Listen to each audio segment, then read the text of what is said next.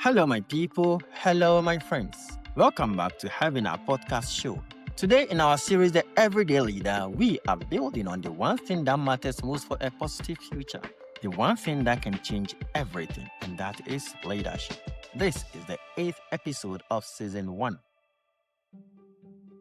Today, we are diving into one of the most powerful and transformative concepts of personal and professional development, one that every great leader must have, and that is the growth mindset. Now, here is the truth. Your direction and command over life depend largely on the way you have crafted and designed your mindset. A strong mindset goes hand in hand with your purpose and vision in life. Without a vision, purpose, and the right mindset, leadership becomes like sailing without a compass. John Maxwell reminds us that change is inevitable. Growth is optional. This tells us whether we like it or not, change will come into our lives. Growth is optional. We decide whether we want to grow with the change or stay stagnated though the change is there. So the difference between those who thrive and those who remain stagnant often lies in the mindset.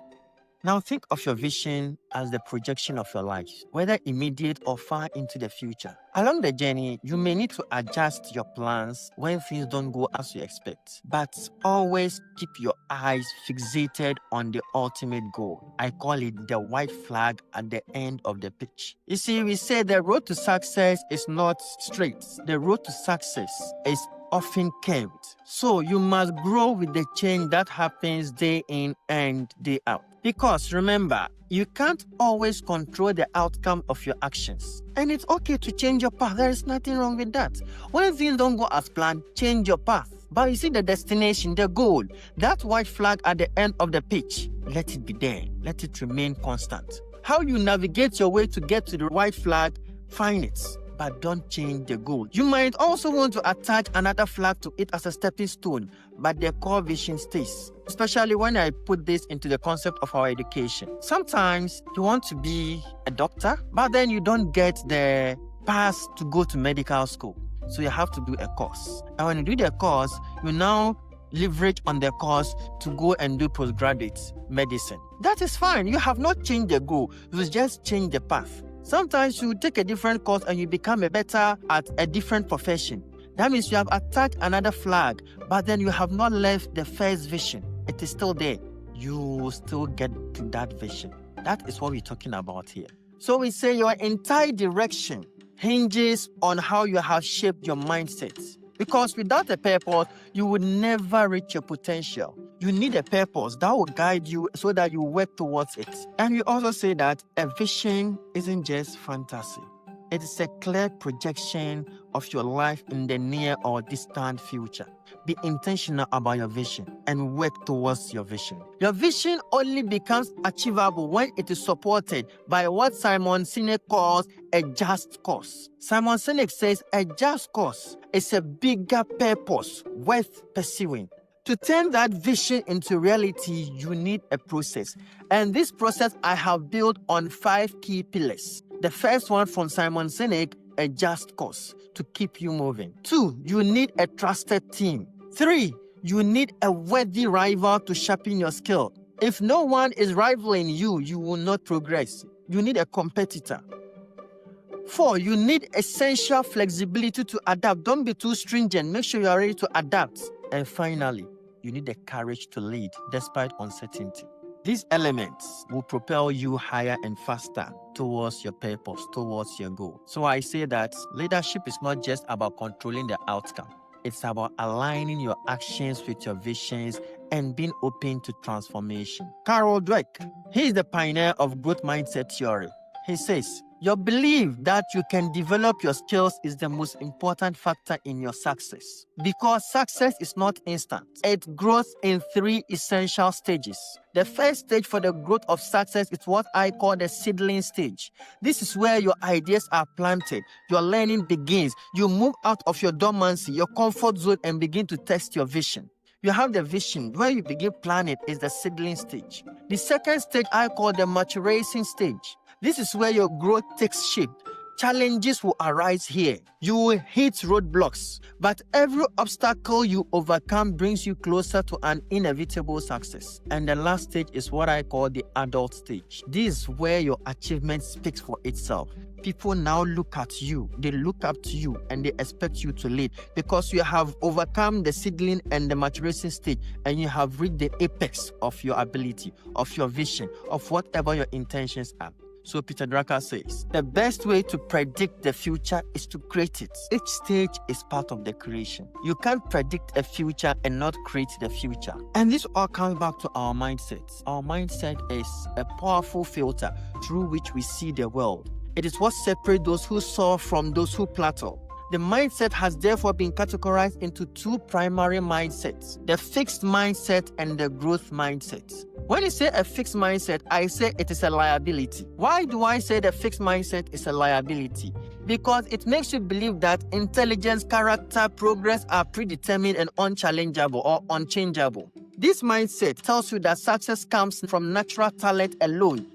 What it can do is that it will lead you to a dangerous belief that effort is futile. It will make you believe that whatever you do, whatever hard work, whatever effort you put, you will not achieve anything because that is not what has been ordained. This mindset allows you to cover up your flaws.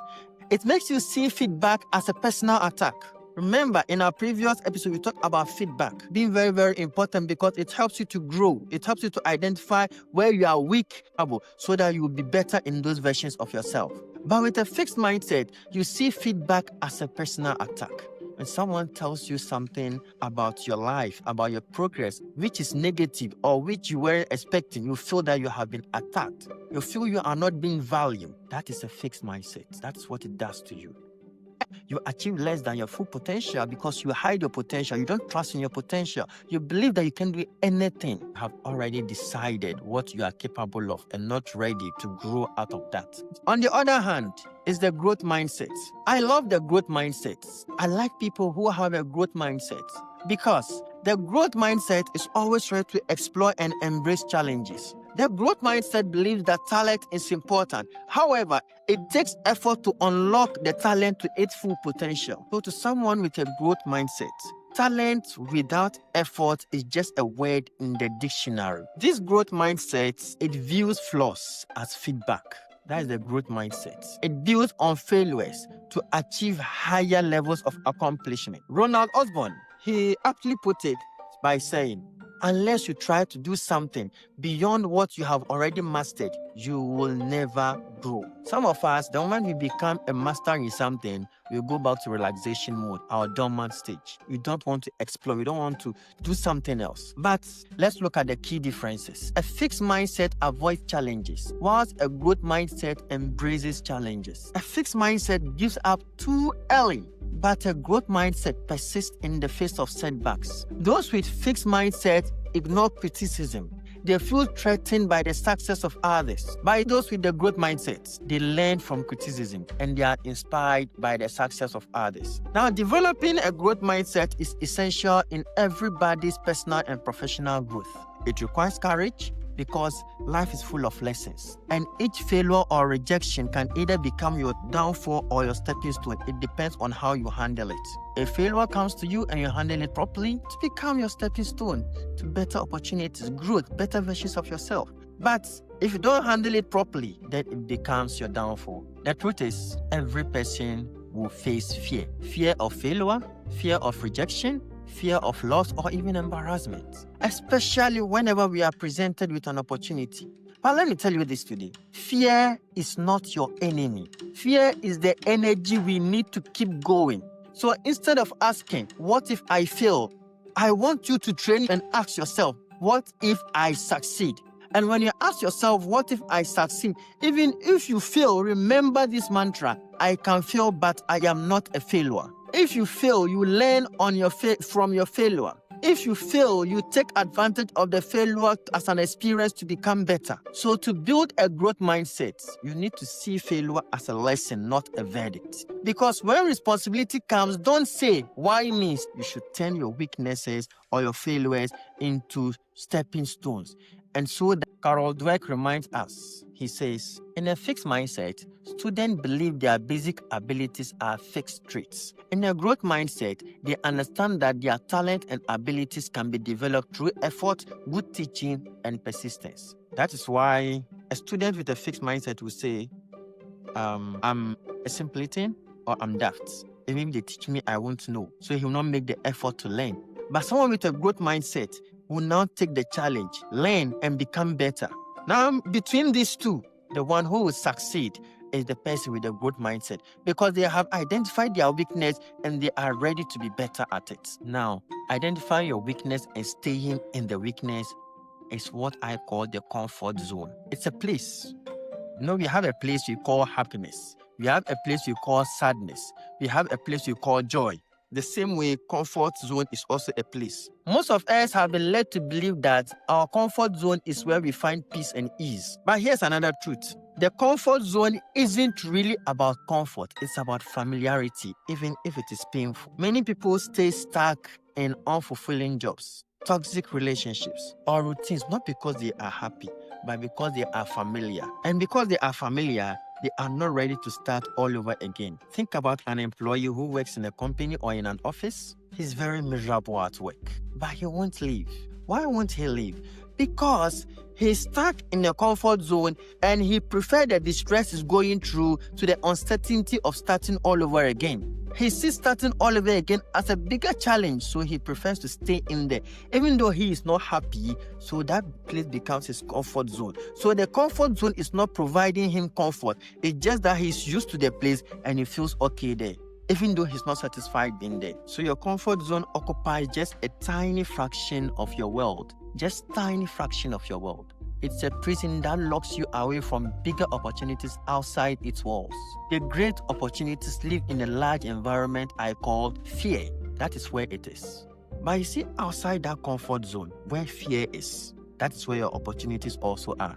Yes, there is fear. Fear guards the gates. And when you see fear, you get shook up and you return, you run away. But you see, fear can be transformed into a fuel, into an energy. Because Nathaniel Branden, a psychotherapist, stated that the first step towards change is awareness. The second step is acceptance. Being aware and accepting that there is fear is your first step. Going all the way to knock down fear and enter into the opportunities in the larger environment is where progress lies, is where success lies. Remember, time and energy are the only currencies you will never get back. So don't spend them clinging to a false sense of comfort. Eleanor Roosevelt said, among the many things that scare you, do one thing every day, and that is how you grow. So my fellow everyday leaders, developing a growth mindset is not just about personal achievement. It's about leadership at every level. When you embrace growth, you inspire others to do the same. So I say, let us commit to shaping our mindset, strengthening our visions, and breaking through our fears. Because leadership is not about reaching the top, it's about growing into the kind of person who will help others also climb as well. Remember, you can fail, but you are not a failure. And you can fail only if you have a growth mindset, which propels you to take the opportunity that might lead to failing. And when you fail, it becomes a lesson, not a verdict. Stay connected with us on all our social media channels and wherever our name pops up. We are building a community of everyday leaders, and we want you, your friends, and your families to be a part of it. Thank you for being with me on this journey. Until next time, remember that you are a leader every single day. I am your host, Yusuf Caesar, and this is Having Up.